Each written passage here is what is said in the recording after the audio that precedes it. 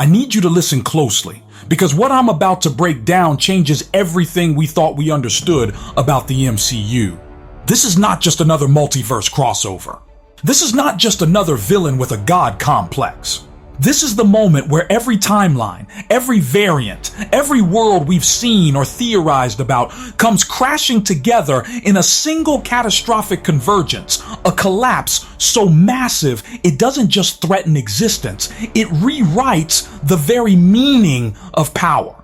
And I've broken down these details in such a way that they'll leave you shocked. And trust me, you'll only understand the full theory if you watch till the very end. There's a pattern across multiple films that hinted at this final war long before we realized it. Symbols, echoes, and parallel character arcs that now lock together with frightening precision. So sit back, because this is the one we've been waiting for. Welcome to Movie Cast. I'm your host, Liam Harrison, and today I'm breaking down the complete leaked plot of Avengers Doomsday, the brutal, universe-shattering end of Marvel's multiverse saga. This is the war for everything. Now, before the universe ends and reforms, before gods are stripped of power and heroes become myths, we start where it all began, New York City. Not 2012, not the Chitauri invasion. No, this time the enemy isn't aliens or time-traveling tyrants. It's ourselves. Earth against Earth. Universe against universe. The battleground is the very core of the MCU's identity. The city where the Avengers were born, and now the city that witnesses their greatest and most devastating reunion. Earth 616. Our main timeline prepares for its final stand. And I mean every surviving faction. The classic Avengers. The new generation, Kate Bishop, Ms. Marvel, America Chavez, Ironheart, Wakanda and its Dora Milaje. The Guardians stepping up without hesitation. And the mutants, not rumored, not teased, fully present, fully real, fully ready to fight. New York becomes the battlefield of legends, and for the first time in MCU history, nobody is holding anything back. But what makes this war terrifying is who they're fighting. Not a cosmic being, not a demon, not an army from beyond space. They're fighting Earth 838, the universe introduced in Doctor Strange in the Multiverse of Madness. The world that believed the Illuminati's version of order was correct. And that world has fallen under the command of Victor Von Doom. But Doom isn't leading the charge. He's orchestrating the chessboard from shadows. On the front lines are monsters wearing the faces of legends. King Thanos, a timeline variant who won, who conquered, who grew old on his throne. Beside him stands the Maestro, a version of Hulk who has lost everything, broken by time, twisted into an unstoppable tyrant. And they're not alone. The Cabal rises, a coalition of the most dangerous minds and warriors the multiverse has allowed to exist. They are not invaders. They are conquerors. They do not negotiate. They claim. This is the moment where alliances stop being political and become primal. Earth 616's heroes gather, not because they want to, but because they understand something horrifying. This is the last time they will ever stand together. There is no next movie, no next attempt, no fallback plan. This is the fight that decides whether their universe continues to exist. And the emotional weight of that knowledge hits every hero differently. Peter Parker stands among giants again, but this time, he isn't the wide-eyed kid trying to prove himself. He's seen loss, betrayal, death. He's fought alone. He knows what sacrifice means. And now he's not fighting to save the world. He's fighting to make sure the people he loves still have one. Sam Wilson steps forward as Captain America, not as a legacy, but as a leader forged through trial and moral weight. Storm descends like a goddess. Rocket stands shoulder to shoulder with Shuri, two scientists who know that technology alone can't save them. And Scott Summers, Cyclops, stands ready beside Jean Grey, though neither knows that destiny has already written tragedy and fire for them both. The first collision of forces is overwhelming. Streets fracture, buildings collapse. The sky breaks in streaks of dimensional distortion. Energy blasts, adamantium, vibranium, magic, cosmic power, everything detonates at once. This isn't choreographed heroism. This is war. And war does not care who is right. The Cabal tears through lines like a storm. King Thanos fights not with rage, but with absolute certainty. The cold confidence of someone who has already seen the victory he believes is inevitable. The Maestro moves like a force of nature, ripping apart defenses and smashing entire squads in moments. But what shocks the heroes most is not the power of the enemy, but who they encounter among their ranks. Wanda Maximoff. Except this, Wanda is not grieving, not broken, not lost. She is controlled. She is sharpened. She is a living weapon bound to Doom's will. And beside her floats the Sentry, Bob Reynolds, the man with the power of 1,000,000 exploding suns, hollowed out and filled with darkness. The void whispers through him like a play. This is where the battle fractures into something far more personal and far more tragic. And this is where everything truly begins. The moment Wanda steps forward in the battlefield, everything pauses, not in silence, not in peace, but in a shared, instinctive recognition of danger. Even heroes who have faced gods before feel it. There's something fundamentally wrong in the way she moves, like she's being guided, not acting from her own will. Her eyes flicker with power, but the expression behind them is empty, hollowed. And standing behind her is the Sentry, or rather, what's left of Bob Reynolds. His presence alone bends gravity, pulls air in tight like the atmosphere itself fears him. I remember noticing the way even the strongest heroes take a step back when he lands. The world knows the Sentry's power, a man who could crush planets with his bare hands if he lost control. But here he hasn't lost control. His control was taken. Doom has hollowed him out and replaced his identity with the voice of the void, turning his mind into a battlefield where only destruction remains. And that's when the front lines begin to fracture. Jean Grey steps forward. Not Phoenix Jean. Not cosmic flame god Jean. Just Jean, the telepath, the empath, the one who has always carried the weight of worlds on her shoulders. But she recognizes the pain behind Wanda's eyes because Jean has lived that same nightmare. Power greater than identity, passion greater than reason, grief greater than self. And so while others brace for combat, Jean tries something nobody else dares to in that moment. She reaches out to Wanda emotionally. It is one of those impossible scenes where we see two of the most powerful women in Marvel history standing opposite one another, both capable of rewriting reality, yet both desperately trying to cling to their humanity. Jean calls out to Wanda not as an opponent, but as a friend. And for just a fraction of a second, Wanda's fingers shake. The spell controlling her flickers. Doom's manipulation cracks, and the battlefield hesitates. But the void does not wait. The Sentry lashes out. What happens next is pure devastation. The Sentry doesn't roar, or threaten, or taunt. He simply moves. And entire squads are erased. Not killed. Erased. Heroes from Earth 838. Allies, civilians, soldiers are simply wiped from existence like chalk from a slate. And remember, this battle is Earth versus Earth. The Sentry is slaughtering his own side. Doom allows it, because the void is not a weapon Doom points at enemies. It is a fire he throws into the center of the room and watches burn. Charles Xavier realizes this before anyone else. He had already been tracking the psychic turbulence. He knew Wanda's mind was warped.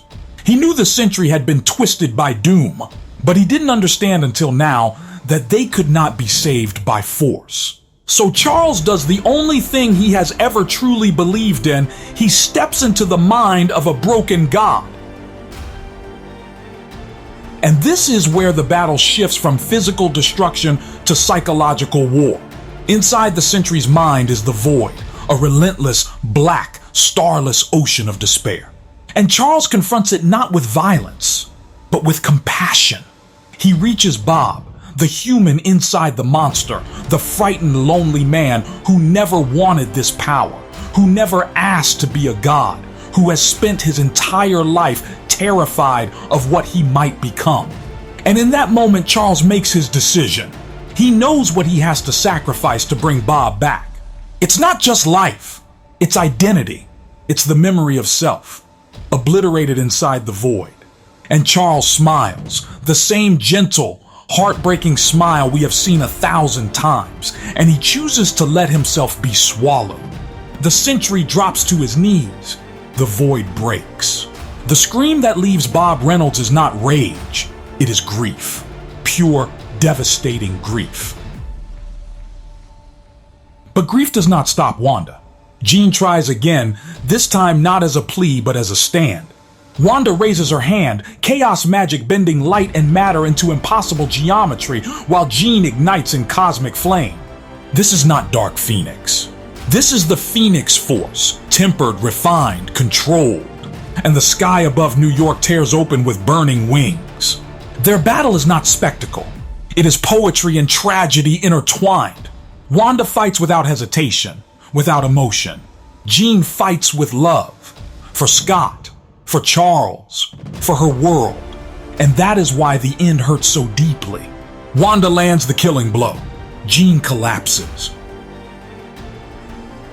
Scott cries out, not a superhero cry of defiance, but the sound of a man watching the person he loves die in his arms. And Jean, with her last breath, speaks not words of despair, but purpose.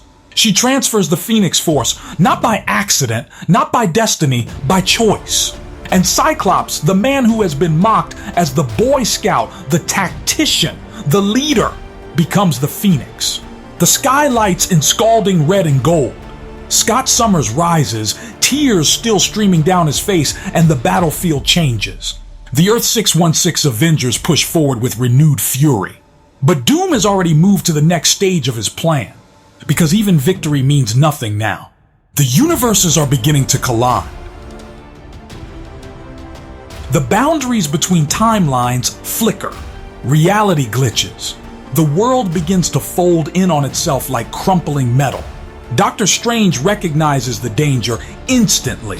He has seen incursions before. He understands what happens when two universes occupy the same physical coordinates. There is no negotiation, no compromise, only annihilation. And he realizes the battle is already lost unless someone can contain the survivors. So Strange and Klee make the hardest call any sorcerer can make. They withdraw. Not in cowardice, in preservation. They rescue Wanda, not because she deserves it in this moment, but because without her, the multiverse collapses faster. Bob, freed from the void, is unconscious, broken, empty, but alive. The Avengers pull back. Their forces are shattered. Their world is collapsing.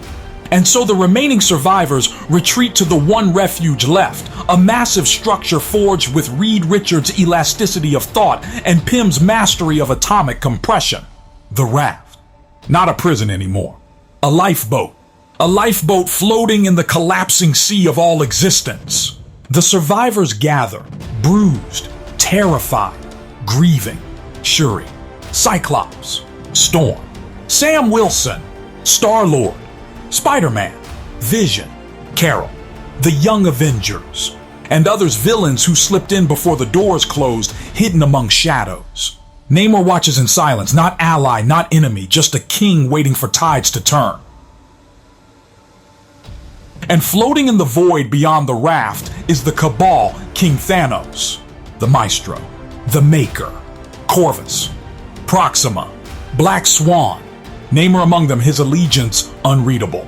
Not as conquerors anymore, as survivors, because the collision has begun. The universes compress. Reality screams, and everything drowns in white light.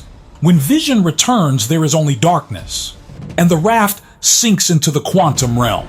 But while this world collapses, another battle rages far beyond space, time, or reality. At the TVA, where the multiversal Avengers make their final stand. And doom has come for the one power that can rewrite destiny itself: Loki. The TVA is not a place built for war, yet the echoes of battle shake it like thunder. The halls that once maintained timelines now tremble under the weight of something far greater: the final struggle for control of existence. The sky of the void churns like a storm with no horizon, a swirling pressure of collapsing timelines folding over one another. And standing in the center of all of it is Loki. No longer the trickster god desperate for validation, but the one being holding the branches of the multiverse together, his power drawn not from conquest, but from burden. The multiversal Avengers arrayed around him are not symbolic or celebratory. They are wounded, hardened, shaped by loss across infinite worlds. Tobey Maguire's Spider-Man stands with the quiet resolve of someone who has outlived his innocence, but not his hope. Captain Carter tightens the straps of her shield as if gripping purpose itself. Wolverine's claws are already out. Blade watches everything, calculating openings. Elektra breathes slow because she knows how close death always is. Variants of Captain America and Thor sharpen weapons forged from worlds long gone. And hovering at the center, glowing with a sorcery that feels familiar yet terrifyingly advanced, floats Superior Iron Man, the Tony Stark who never learned humility, who never lost, who holds the Infinity Stones with a god's confidence and a scientist's ego. The air tears open, not with fanfare, not with thunder, but with inevitability. And Doom steps through. Not armored in gold or adorned with cosmic light. His presence is quiet, controlled, icy, terrifying in its simplicity.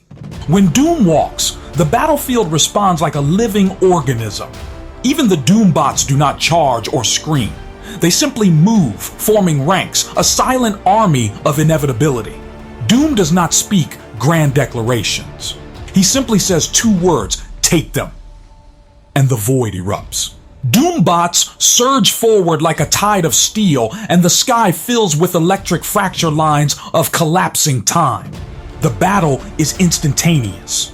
Tobey's Spider-Man swings through temporal ripples, his webbing clinging not to matter, but to reality fabric itself.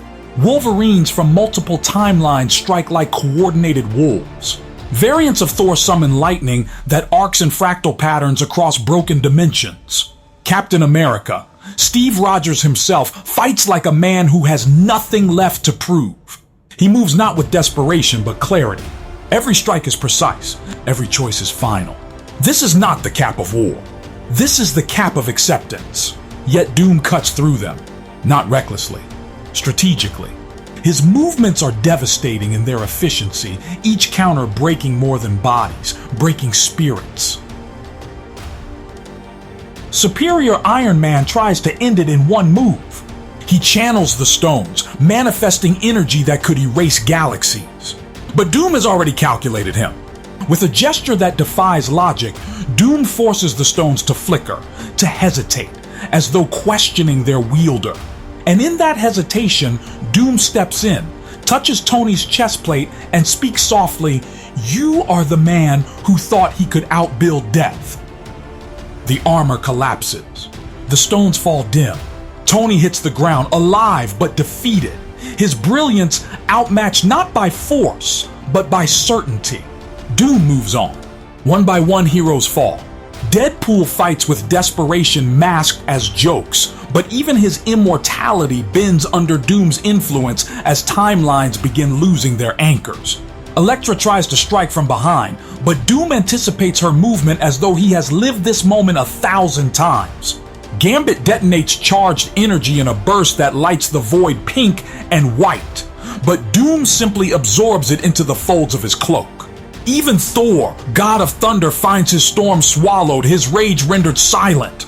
The fight becomes less of a conflict and more of an unraveling, until only three remain: Thor, Loki, Steve Rogers. They stand not as warriors, but as the last living symbols of choice, identity, and will. The three do not speak. Words are pointless here. They charge not to win, not to conquer, but because stopping is worse than dying. Thor's hammer strikes with the sound of collapsing stars. Steve's shield rings like a memory of hope refusing to fade. Loki channels the last reserves of his timeline holding power, weaving reality threads into weapons of raw, divine intent. And for the first time in the battle, Doom grunts, not in pain, in acknowledgement. He respects them. He breaks them anyway. Thor is thrown first, his body crashing through endless reflections of universes that no longer exist. Steve falls next, his shield splitting, his hand still reaching forward, even unconscious. And Loki, the god who tried to save everyone, stands alone. Doom does not taunt him. He simply reaches out and takes his power. The timelines holding reality together fall. Every universe collapses. The sea of everything becomes white silence. And from that silence rises only one throne. Doom sits upon it. Doctor Strange stands beside him. Not the Strange we know, but a version who has seen the weight of infinite realities and broken beneath them, now bound as Doom's right hand, his sheriff. To Doom's left, the Sentry kneels, hollow, obedient, no longer a man but a weapon. To his right stands Wanda, her eyes still empty, her will erased, a goddess in chains. Doom is not ruling a multiverse. He is ruling the absence of multiverse, a blank canvas, a god with no equal, no resistance, no time, no space, no death, no life. Creation waits for his command. But this is where the story does something extraordinary. It refuses to end here, because gods who sit alone do not reign, they fall. Doom has achieved absolute victory. He has unified power, erased opposition, and taken control of creation itself. But the narrative refuses the idea that triumph of will equals triumph of meaning. Doom is a king with no world to rule, a god with no prayers offered in his name. This ending is not a celebration, it is a question. If everything is erased, if no life remains, if all universes have collapsed, what is a god? What is power when there is nothing left to shape? What is victory in the absence of existence? That question lingers like a heartbeat in silence, and that's where the film ends. Doom sits alone. The throne echoes, fade to black. And that is the full leak narrative of Avengers Doomsday. Not a battle for survival, but a meditation on power, identity, sacrifice, and the terrifying fragility of meaning when everything collapses. If you enjoyed this breakdown, remember, your support genuinely helps this channel grow. Like, share, and subscribe to MovieCast. And if you're feeling generous, our super thanks button is open. $20 keeps the deep dive theories alive. This is Liam Harrison, and I'll see you in the next timeline.